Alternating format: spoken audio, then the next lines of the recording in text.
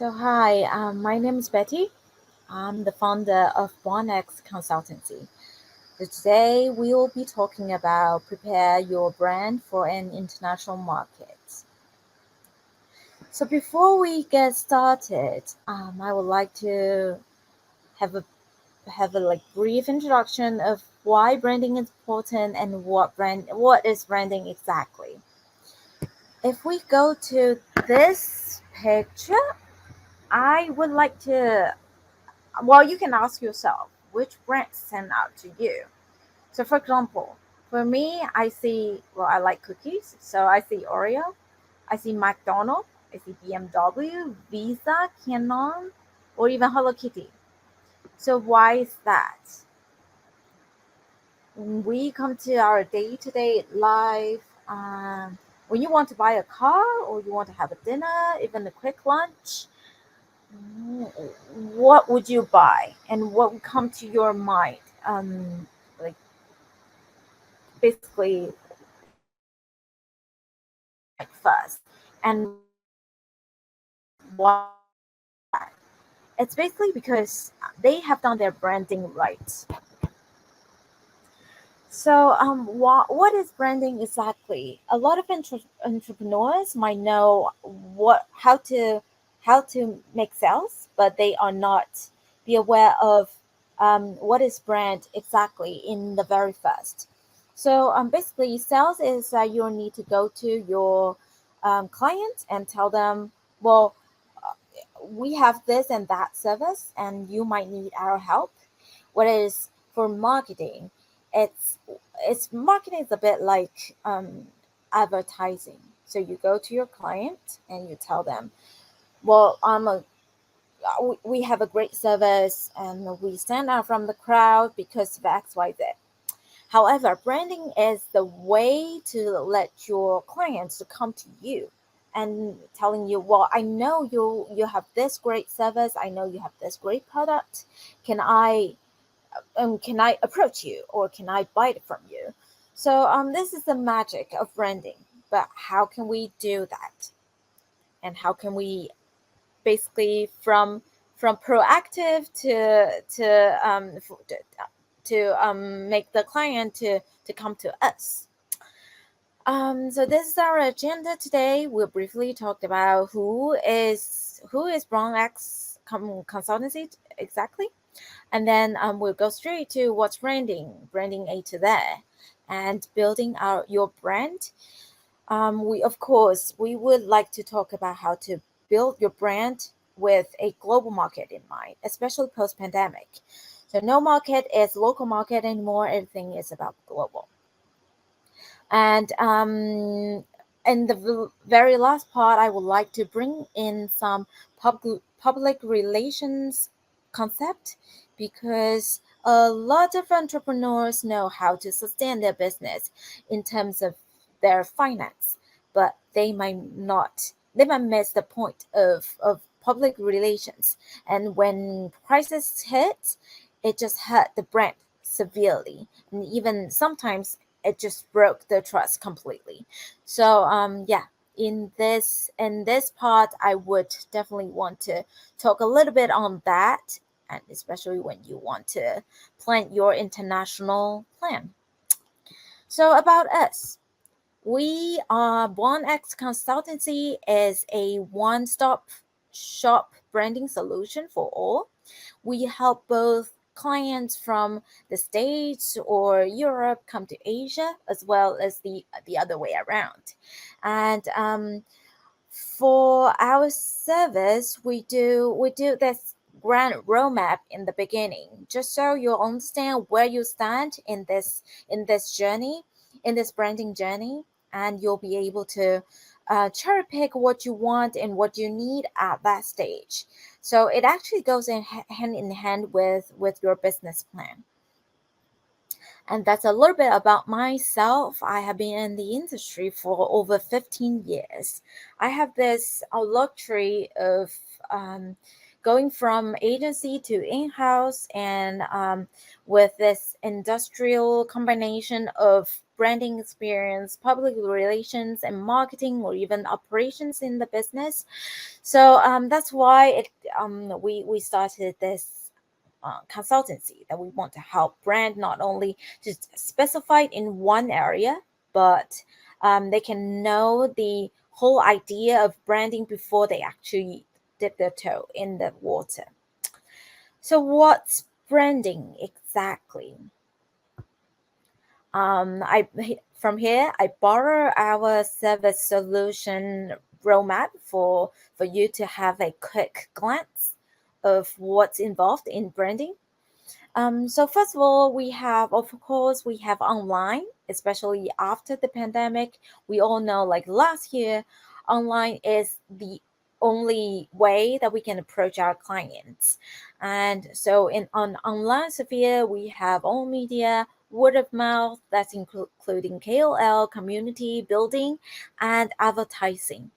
So from there, you have enough influence or online talk about, and you can think about how to build the physical relationship with your or physical contact with your clients, and that's when we go down to offline.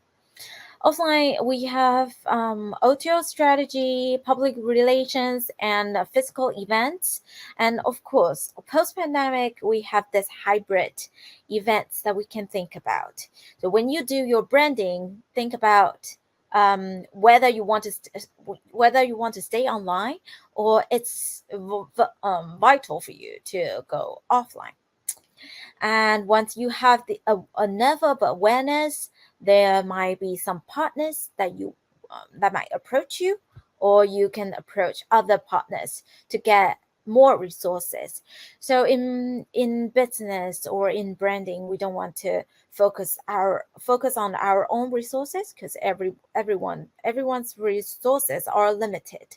So by doing crossover collaboration, we'll be able to borrow others pros and to cover our cons. And that's what we like our clients to think in the beginning of their business, because in that way we'll talk about this later, but you just need to plan your branding strategy in order for you to further collaborate with others. And this is something that we would like to share, because in our core spirits of our business, we of course focusing on all the solutions, crossovers, integrated marketing.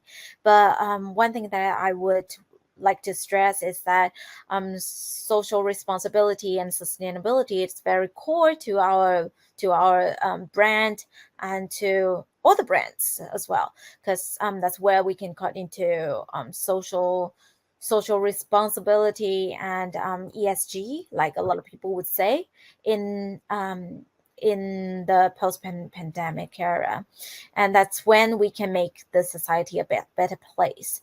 And I think that's what branding can do the most. And how do you brand your brand globally?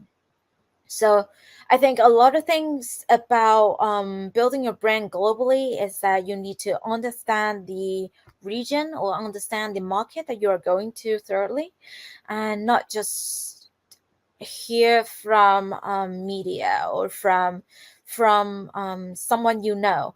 It's very important for you to actually look into the data. For example, when I was in the technology sector, I heard a lot of companies. They would say, oh, well, if you want to go to Southeast Asia, you want to do desktop phone, because Southeast Asian are focusing on desktop devices a lot. What is if we go into details, the data, we'll be able to see actually mobile devices are the go-to for the clients or users in Asia in general. And it actually stands out significantly. So for example, if they are looking for solutions, if they are browsing for information, they will first pick up their phones or their pad instead of go to their desktop. and they spend a lot of time on mobile devices as well. So if you only hear about what people said about the market, then they might be wrong. You just have to observe from your own eyes. And another fun fact that I can share is that the attention span in APAC is only 29 seconds. And that's the shortest among the in the whole world. It's basically we range from we when we see the data, we see a range from 60 seconds to like 29 seconds, and 29 seconds is the shortest. However, though, clients or users in APAC, once you grab their attention, they can stay on one page for more than 1 minute, and that's very rare, and that might be one of the longest. So they can stay in one page for very long, and yeah. So grabbing attention and making them come back to your business or to your brand is what you need to do. And I would quickly run through a branding process, although we might not be able to cover it all in this short session. But we will definitely cover these two. One is about market analysis, and the other is we'll talk briefly on branding and marketing strategies. And of course, like I said, I will bring you a little bit of the concepts of public relations management. And this graph, it's basically a brief journey of your branding strategy. First of all, you would definitely want to tell them who you are and what's your brand strategy. So, in brand identity, what we mean is introducing your brands to the customers and tell them who you are, tell them what's your core value and what's your value proposition. It's basically like what you do when you approach investors, only in different perspectives. And then second stage, you'll go to brand meaning. It means that you have to reinforce your brand identity, show the value that you have promised in the identity. And of course, you want them to respond to you. So in brand response, I mean, you need to live it up to the brand promise or the brand image you had in the previous session or the previous steps. So it is to offer a way for the client to resonate with you, and that brings us to the last stage, which is make them to feel like they can echo with your brand identity or brand image. So they find you in themselves, basically. Otherwise, the brand would be always the brand, and it would be hard to connect with your clients. So it might be quite overwhelmed at some point because you have so much in your hand, and for startups, entrepreneurs often wear multiple hats, and branding might sound like too much for most of the entrepreneurs. So here we try to make a 3 simple steps of every concept, so it's easier to grasp and it would be easier for you to execute as well. So when we talk about branding, a lot of people would think, oh, I have to do market analysis or data analysis. I have to do market research, market survey, and it will cost a lot. In fact, before you go into all those actions, you can start with simple steps. So first, my first tip for you is just chat with your clients, chat with your target audience, your ideal persona, and let them tell you what is the perception they have for your business or for your competitor, for your market, or even for your product.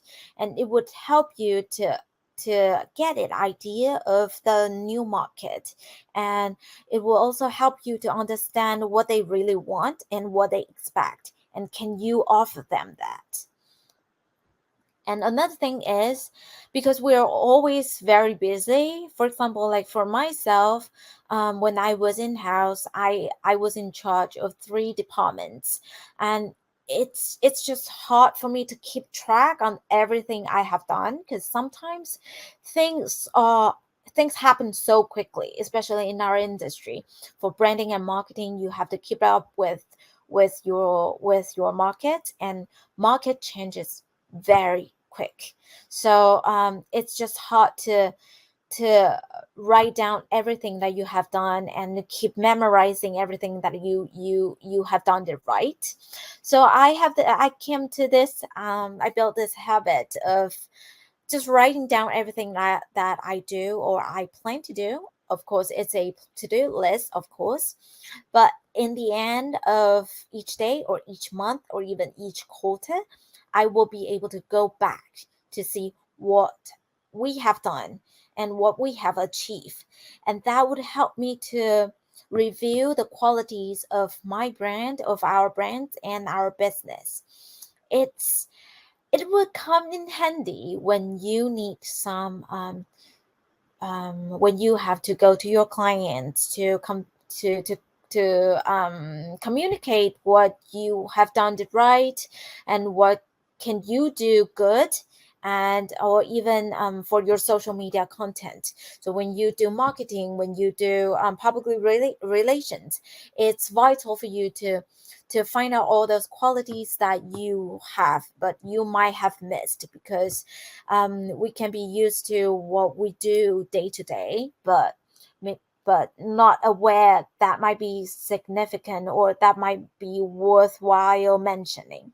So it would help a lot.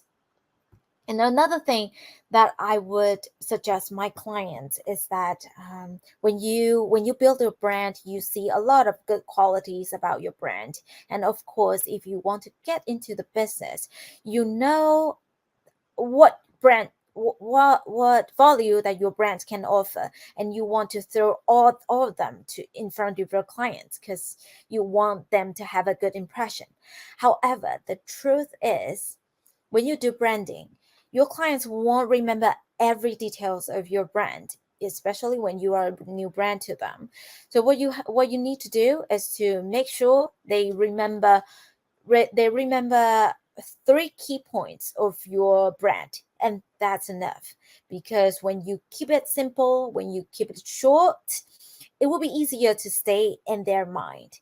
And when they have this kind of when they need the service, they will think of you directly. And sometimes the competition is just where who would client think first when they need it. And so I will always remind our clients to think of 3 adjectives of your brand and then go from there. And a lot of brands will be like, well, if I don't have my clients, why should I do my brand? And I would, as a star myself, I would definitely agree with that. So find your client is the most important thing, but how do you find your clients? That would come back to the branding strategy as well. First of all, you need to provide your bait. What's the bait? The bait is your product, and what do you offer for the client, and what's a value to them, and why do they want to use you over others? And another thing is collaboration. That is to maximize your branding potential and exposures by using other brands or other partners' help. And another thing is um, When you do the collaboration, you will not only stay with your client pool, with your partners, you'll be able to share your clients, and you help them to reach out to different pools. At the same time, you will have the access of their clients pool. So collaboration is a very good strategy to go when you are ready. And of course, you'll have your value proposition. You'll have to always think about what you have promised to your clients, and try to be as customer centric as possible. Especially post pandemic, people are more sophisticated about their choice and their purchases. So what you have to do is to keep customer in mind, and remember, customers are constantly evolving, so you have to keep your eyes on them, instead of just decide where your customers are and then keep doing what the brand thinks that's good. You'll have to look at your clients, look at your customers, and then do what's right for them. That's one quote that I really like, because when we do branding, we focus on our customers a lot. Like I said, we want to make sure we are customer centric. We have our customers in mind, but a lot of time we actually have to have our employees in mind, because what Professor Aker once said is, powerful brands are built from the inside out. To create a strong brand in the marketplace, employees and partners need to know the brand vision and care about its realization. So that's what I meant about, you'll need to keep your employees and partners in mind, because they'll have to align with you, align with your vision as well. So how do you do your branding inside out, especially when you are going to a new market and your current employees or partners might not be aware or might not be familiar with the market, so they can't get the sense, or they can't, it doesn't click with them. Um, so localizing a brand image, it requires you to do, first you need to do observation. So utilize the online access. Everything is online now. So you can go to your target market to see what are the media talk about the market, or you can go to your competitors. They might already have their social medias up. So when you go to forums or their social media, you will be able to see comments and talk about their brands, about their products, or even about the service. So you'll have the idea of what this new market will be like.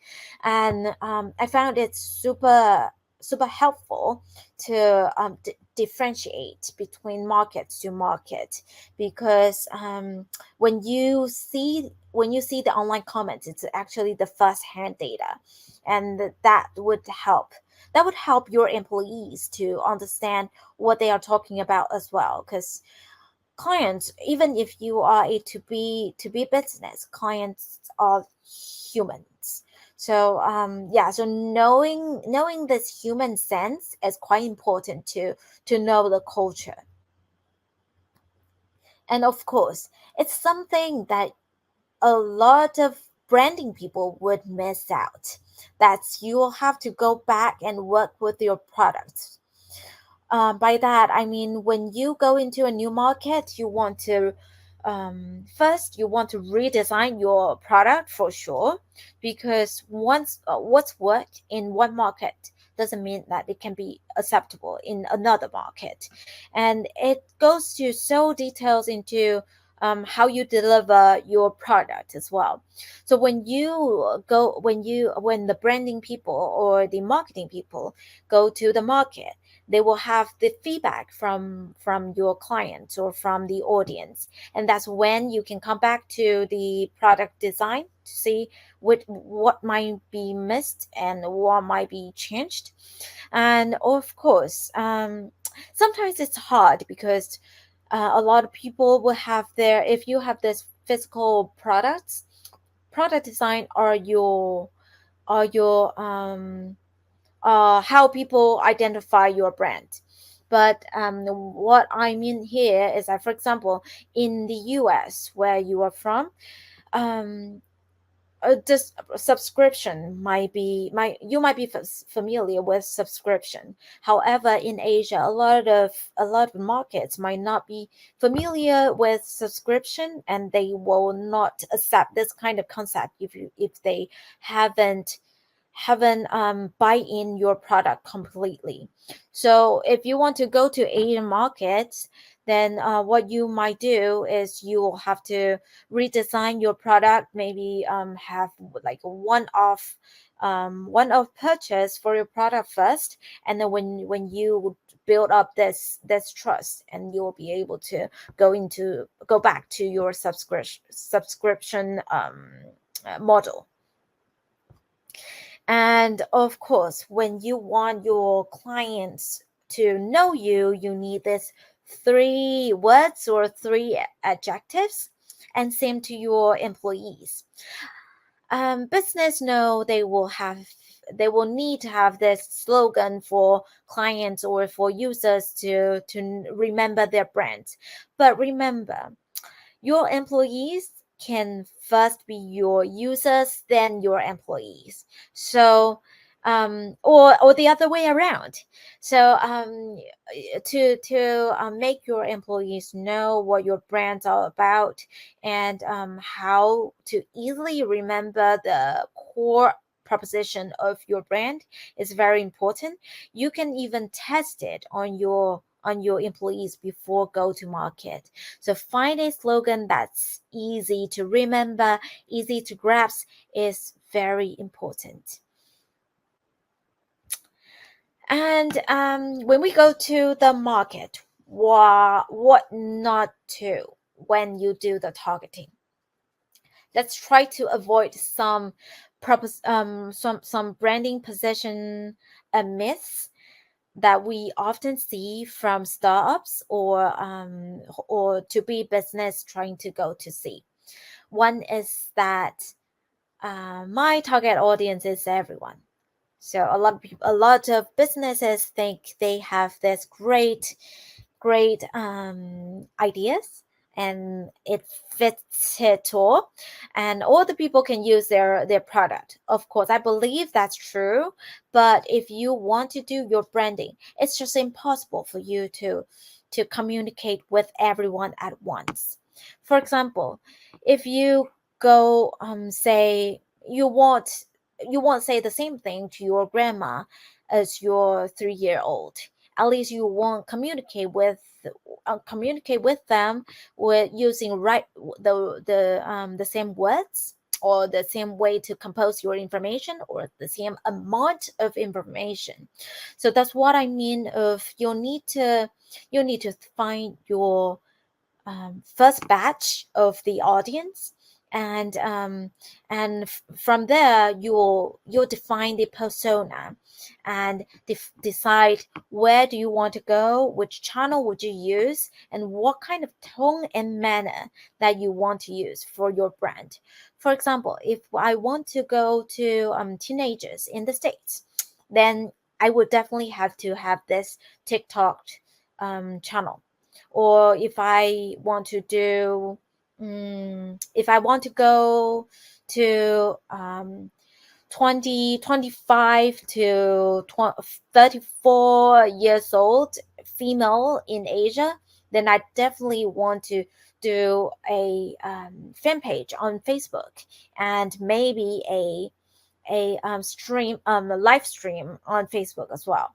So that's basically, you'll have to find a clear idea of persona before you go into a market and choose a way that you want to communicate.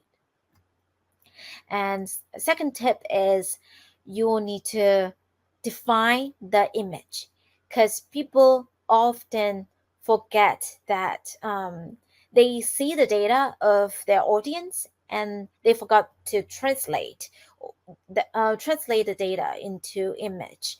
And by that, you'll need to have a clear idea of well, I often tell my clients what they have to do is they define a persona and try to fit it into one of their friends. And once you can do that, it would be very easy for them to imagine how they want to communicate with them, and what words or how what kind of information the friends they have would be interested in. And that would be a first step for a lot of entrepreneurs to start to think about who exactly is your target audience, and how would they want to convey their ideas. And especially, like I said, on this slide, you want to stand out. So you don't want to um, try to vaguely convey your ideas. You want to be precise for sure. Well, there's a saying that the winner takes it all. We definitely don't believe that. Um, a lot of entrepreneurs, they know their markets are everywhere. They of course have optimism of their brands. That's why they have this confidence to bring the brand to international market. But there's no way that you can approach the markets at the same time. For example, in even in the States, when you have different states, you don't you don't communicate with people in New York with in the same way as when you talk to people in California. So what they care about, what they like, and what they imagine themselves are totally different. So that's why you'll need to, with the limited time and limited materials and assets, you'll need to choose your primary market. And with that, you'll be able to succeed in one market first and use it as a foundation to reach out to other markets. And that's the same to Asia, if you're planning to come to Asia. Although each market are so different, but in Asia as a region, the information are actually flowing around. So if you are sound in one market, there's no way that another market would not know about you. And what's best is that because people in Asia, it's in the emerging market in general. So people in Asia are very proactive. Once they notice your brand, they might reach out to you proactively and then offer some of the resources they might have or the connection they have already established and try to partner up with you. And that would save a lot of effort for you to go into one brand new market. And so we come to the last part of our presentation, which I would say it's very important. It might be the most important because like I said earlier, a lot of entrepreneurs know how to sustain their brand with their financial statement and with their cash flow, but they might miss out.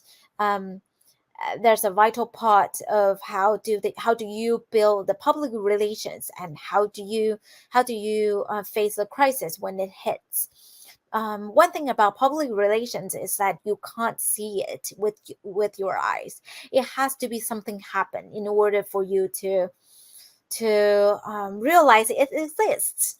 For example, if you when you have this huge campaign and then you want people to know about you, of course you can go to social media, but a lot of time you'll have to come back to your own media. When we say a media, that's media report or media coverage or interviews of your brand, and that would help you to do branding. So remember when we said about what's the difference between the marketing and branding? Branding is when people will come to you and tell you, well, ask you, you have this great service, you have this great product. Can I buy it from you? Or I will need your assistance. I will need your help with this and that.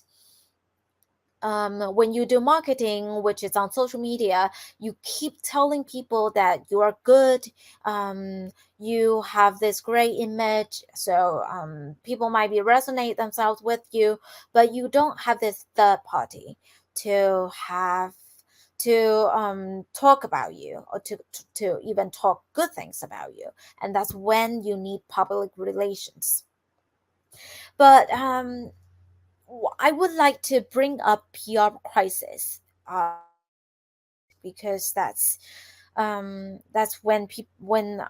a lot of my clients would have this feeling of the importance of public relations. So how do you prepare crisis when crisis hits? Is it possible to prepare for a PR crisis? I would say, if a crisis hits, what you need to do first is that, well, of course, in advance, you need to plan out what you want to do, or what's your plan if a crisis hits, because crisis hits is like a snap of your fingers, so you won't have the time to react if you don't prepare yourself for it. And so here are I want to share with you some three steps that you want to take when a crisis hits, and you can rehearse it by yourself, or you can develop a strategy based on these three steps. First of all, you want to go online. You want to see what's your digital assets, and B, what's your online presence at the moment when the crisis hit. It doesn't matter how people talk about you before, or how you are lovable among your clients before the crisis. What you need to do when a crisis hit is that you need to see what are they talking about, and what they care about the crisis online, because that's where people can spread the ideas of what they hate about you, or what they misunderstood about you. Sometimes it's a misunderstanding, but they don't know. So make sure you go online platforms and monitor everything about your brand, and what they talk back about you. And with that, you'll be able to sort of position yourself in the right way, and decide what's your attitude to reply, and how do you position your brand in this crisis. It might be severe that you really need to do some actions to protect the brand, or to protect people from dropping your brand. But sometimes it might take some actions just to explain yourself thoroughly and honestly. So when you decide where do you want to position yourself in this crisis, you'll be able to reply. So speed is everything in this era. In this internet era, everything happens so fast, so rapidly, you don't want to wait. But be sure you reply in timely manner. And by that, I mean, when a crisis happens, of course, you need to slow down and try to understand what's going on in online sphere, or even offline sphere, and then decide what you want to do next, how you position your tone and manner in the crisis to reply to the audience, or to the media. Sometimes when it's very critical, media journalists will come to you directly, and I would highly recommend you to reply to all those questions and all those requests, because that's the way, or like I said, that's a third party that can speak for you. So never drop this opportunity. And if you have to, you can this is when you need some professional to come on board to help you to reply to media, to make sure you don't make any more mistakes. And so for these three steps that I mentioned above, my best advice will be rehearse for make sure that you are prepared. You are prepared for the crisis.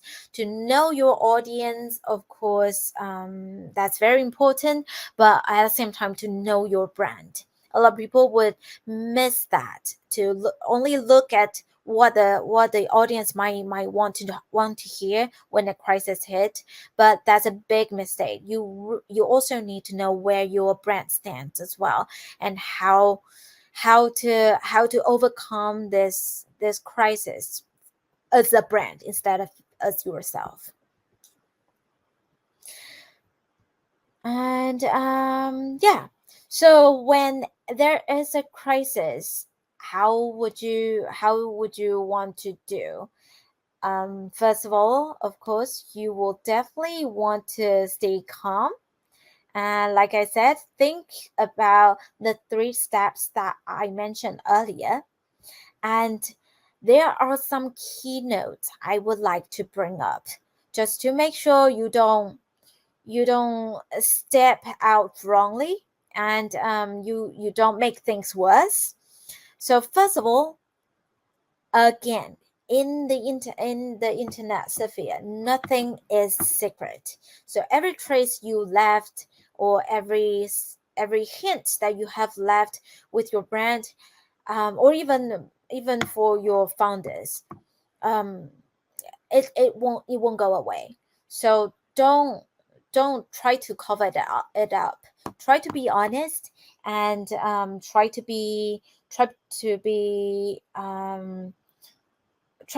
answer the questions as much as possible. But well, one thing we need to know is that netizens are not our enemy.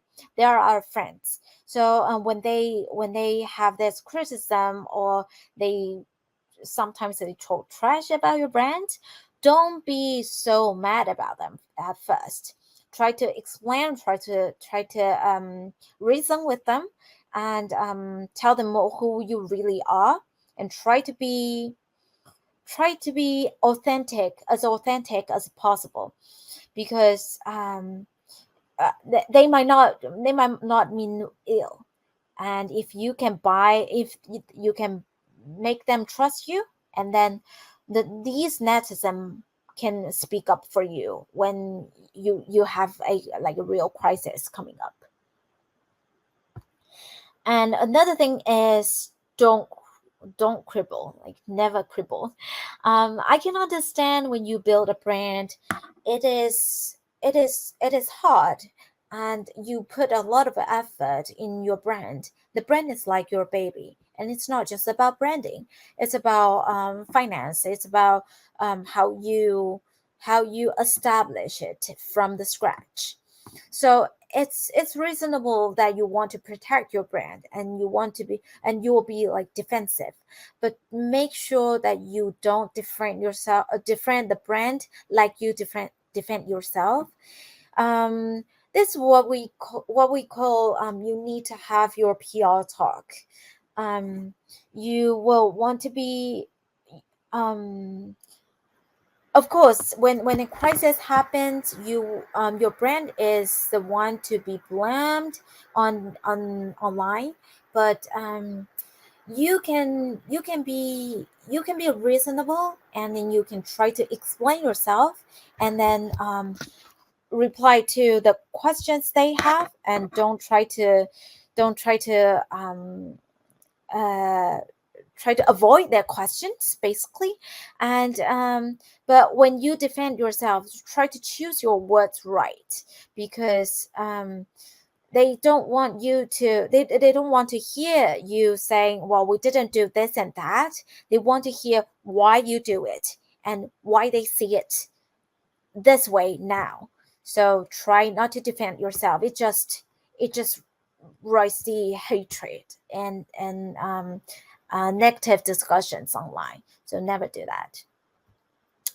And be frank. Just don't try to cover up and be try to be as direct as possible to your clients or with the criticism. Of course, it's what we call you need to plan what you want to say, because modify the words or modify the truth sometimes are important. It doesn't mean that you'll need to lie, but you just to make sure you answer all the questions with the right words. You can translate it into what they want to hear, and it it of course depends on whether or not you know your audience thoroughly, and whether or not you have built this basic trust with your audience, so that they will be able to defend you for you. You won't be able to defend yourself in a crisis, but they might be able to defend for you. So that's something you want to do. And one thing I would like to point out is that a lot of people that would talk trash about you online, they might not be your audience, and they might not even be your users. So when you try to sort of counter these negative comments, what you need to do is actually talking to your right users and talking to your clients who have trusted you and who have interacted with you, because those are the people that will be your potential clients, or that you want to build a long-term relationship. So when you react to the crisis, remember your audience are not everyone, are not those who don't who see themselves as an enemy to you.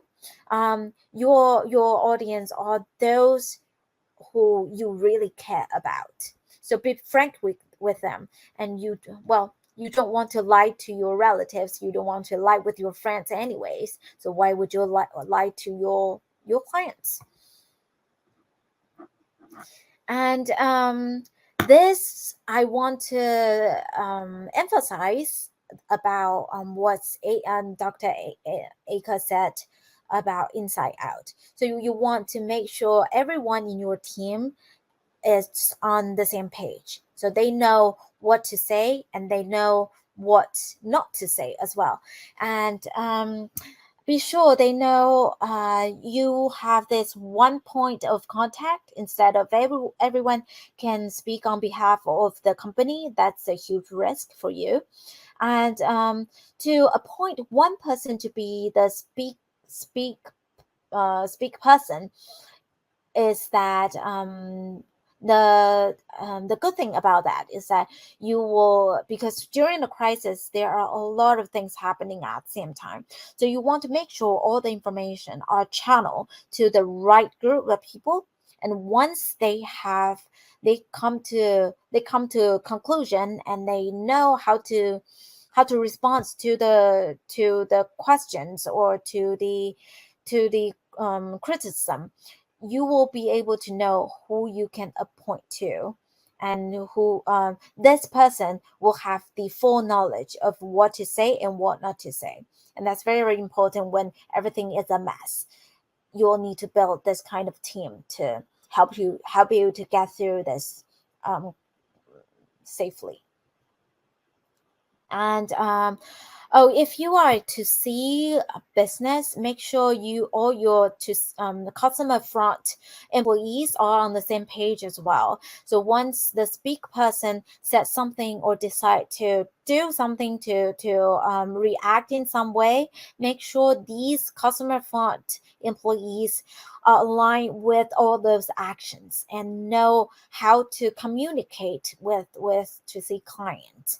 Because yeah, it just makes sure that everything is aligned. And then when clients wherever they get this reaction, they have this constancy of what they can get. But that's the that's the $1 million question. Can we avoid a crisis? If we can avoid it, then we might not be able to. We might not need to plan all those or risk our brand in any way. But can we plan it? Can we avoid it? Well, the long answer short is no, you can't, because there are so many things happening at the same time. You don't know what's gonna go wrong. Especially, there are so many elements, so many people in your business, and there are so many stakeholders in your business as well. But what we can do is that there are certainly some things that we can do before things happen, and to avoid crisis. So how do we keep the crisis away? Can we prevent it? I am speaking in on behalf of Asia market in general. So the number one rule is respect. Be respectful to your clients and know their culture, and to start with.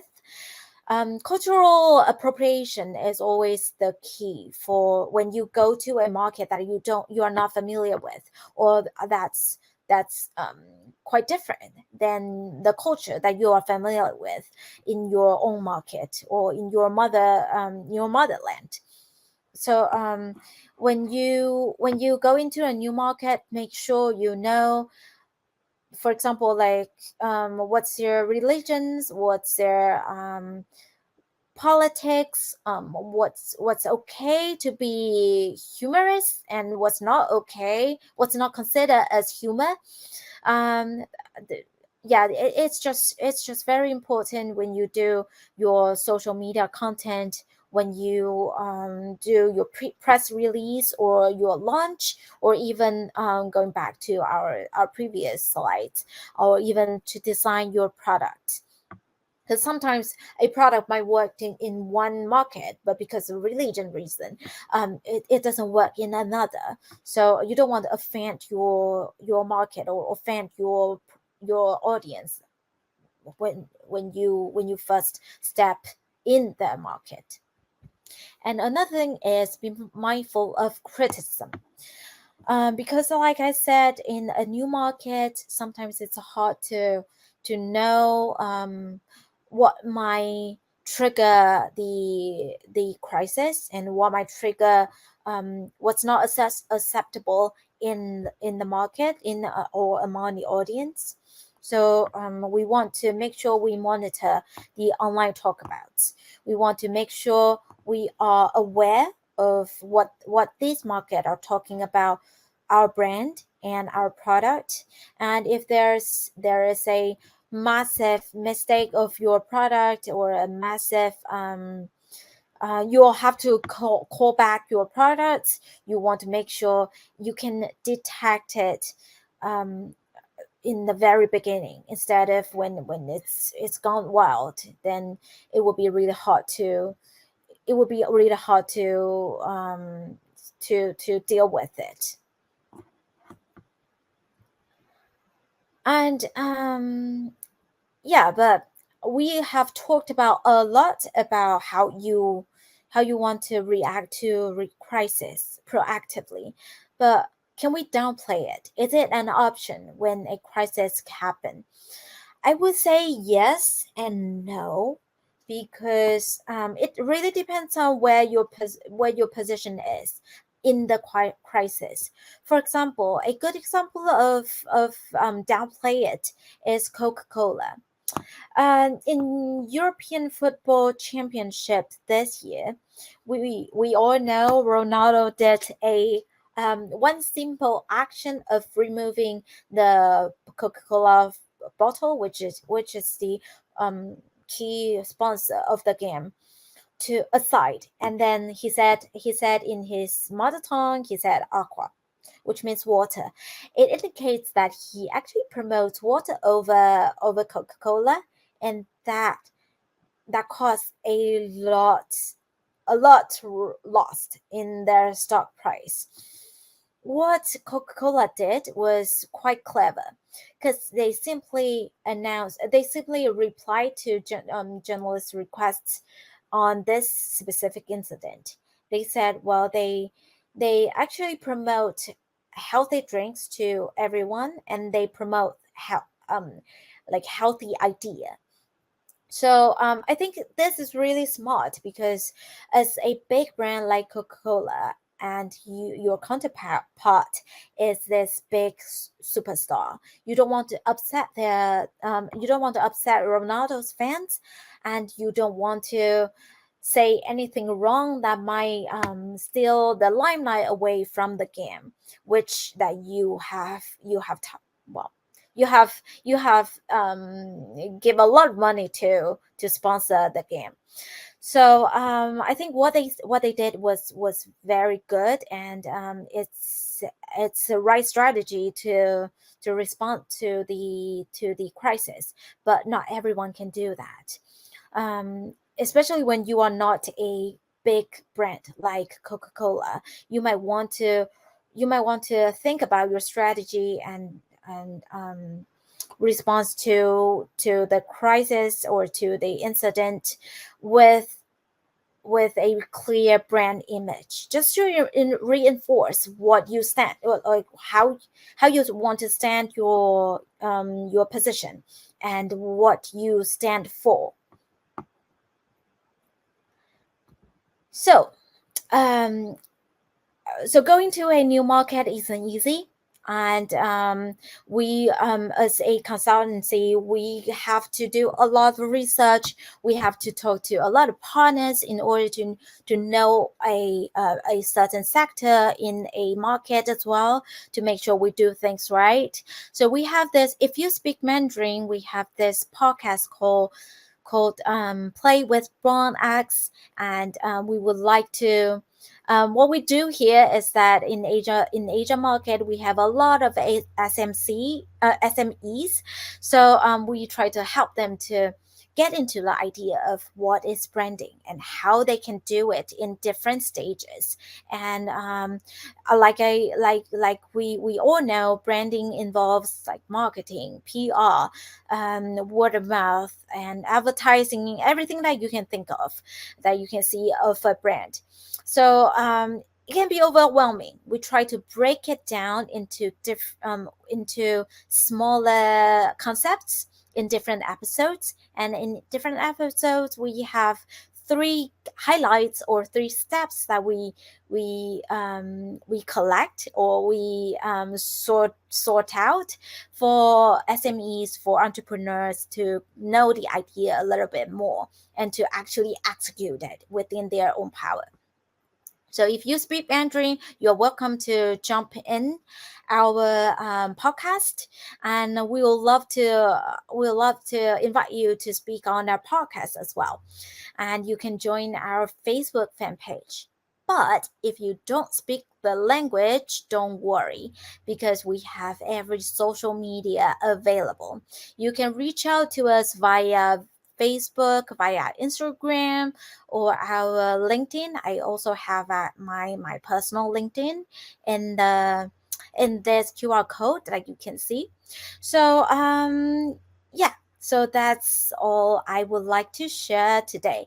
I'll give it the floor to the Q&A if you have any, and you can reach out to me afterwards as well for any question you have about branding.